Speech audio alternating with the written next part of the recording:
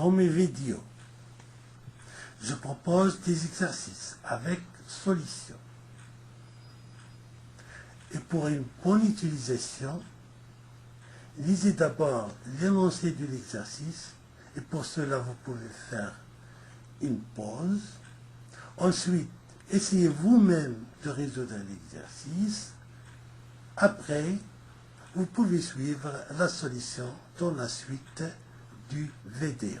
Dans la première question, on me demande de tracer le cercle C2, symétrie du cercle C1 par rapport à un point A extérieur au cercle C1.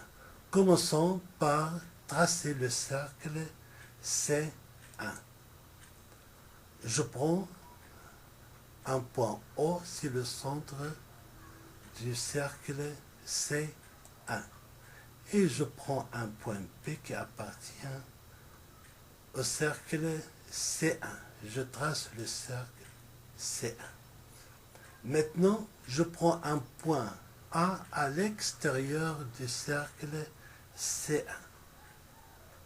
Alors, pour tracer le cercle C2, symétrique du cercle C1 par rapport au point A. Pour tracer C2, il suffit de placer les symétries des points O et B par rapport au point A. Alors, la symétrie du point O, c'est le point O'. Pour le tracer, je peux utiliser par exemple une règle. Et je peux utiliser une règle et un compas. A sur le milieu du segment O'. La même chose pour le point B situé sur le cercle C1. Sa symétrie par rapport au point A, c'est le point B'. Alors, le cercle C2, symétrique du cercle C1 par rapport au point A, c'est le cercle de centre O' et passant par le point B'. Voilà le cercle C2. Je trace le segment B'. Une remarque très importante. Alors, puisque C2, c'est la symétrie du cercle C1 par rapport au point A, ça veut dire que si je prends n'importe quel point situé sur le cercle C1, sa symétrie par rapport au point A va se trouver sur le cercle C2. Voilà. J'ai pris ici un point sur le cercle C1. Sa symétrie, elle est sur le cercle C2.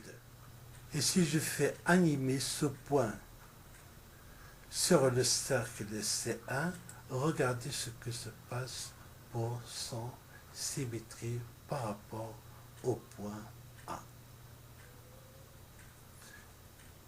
Elle est toujours située sur le cercle C2.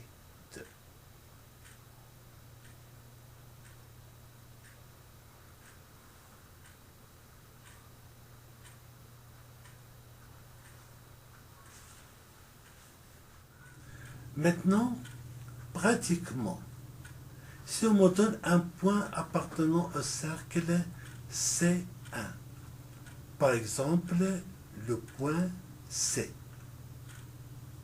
Le problème, c'est comment déterminer la symétrie du point C par rapport à A sur le cercle C2. Je trace d'abord à la droite CA. Alors, le point C', symétrie du point C par rapport au point A. Je sais que ce point, il est aligné avec les points A et C, donc il appartient à cette droite. Et en même temps, il appartient au cercle C2. Donc, elle appartient à leur intersection, c'est-à-dire l'intersection du cercle C2 avec cette droite. Et je vois qu'il y en a deux points d'intersection. Voici le premier point, et ça, c'est le deuxième point. Alors, lequel d'entre eux, la symétrie du point C. Et je sais que les points C et C' sont équidistants du point A.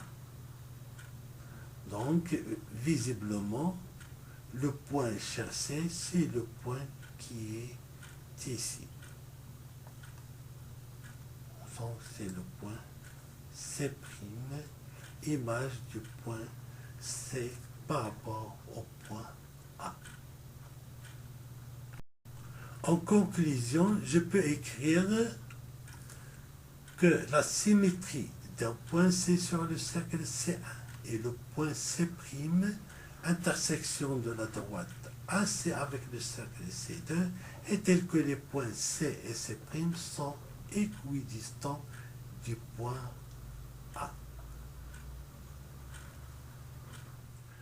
Dans la deuxième question, on me donne une droite delta qui coupe le cercle C1 en deux points E et F et coupe le cercle C2 en deux points M et N.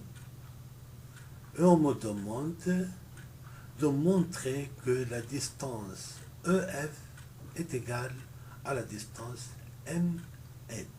Alors pour cela, on va faire une démonstration.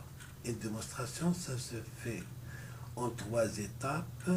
Première étape, c'est les données. Les données, une droite delta qui coupe CA en deux points F et coupe C2 en deux points M et N.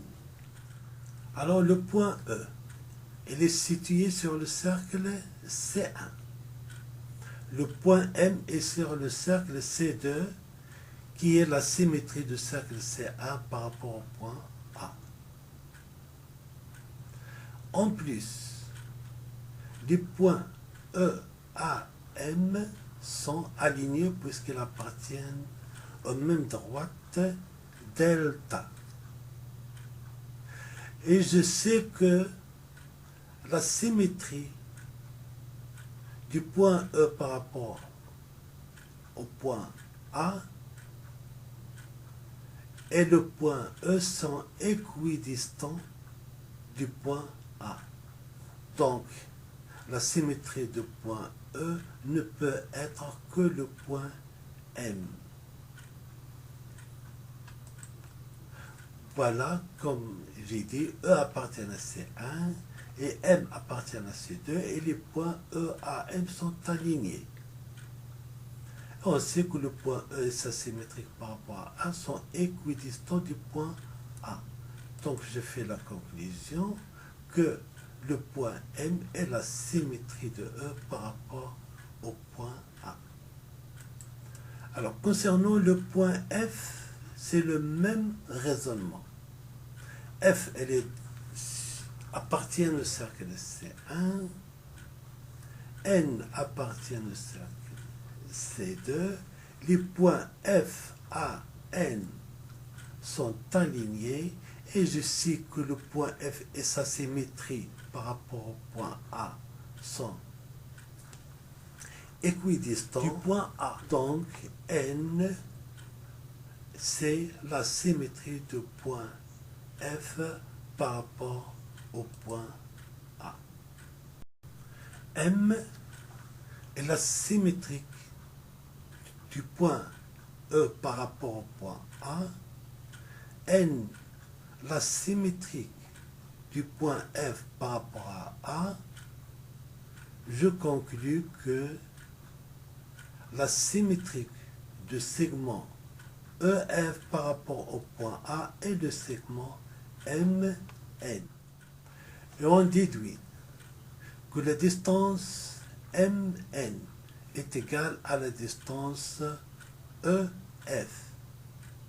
Ça, c'est parce qu'une symétrie centrale conserve la distance. L'étape 3, je fais une conclusion. La distance EF est égale à la distance MN et c'est ce qu'on m'a demandé de démontrer.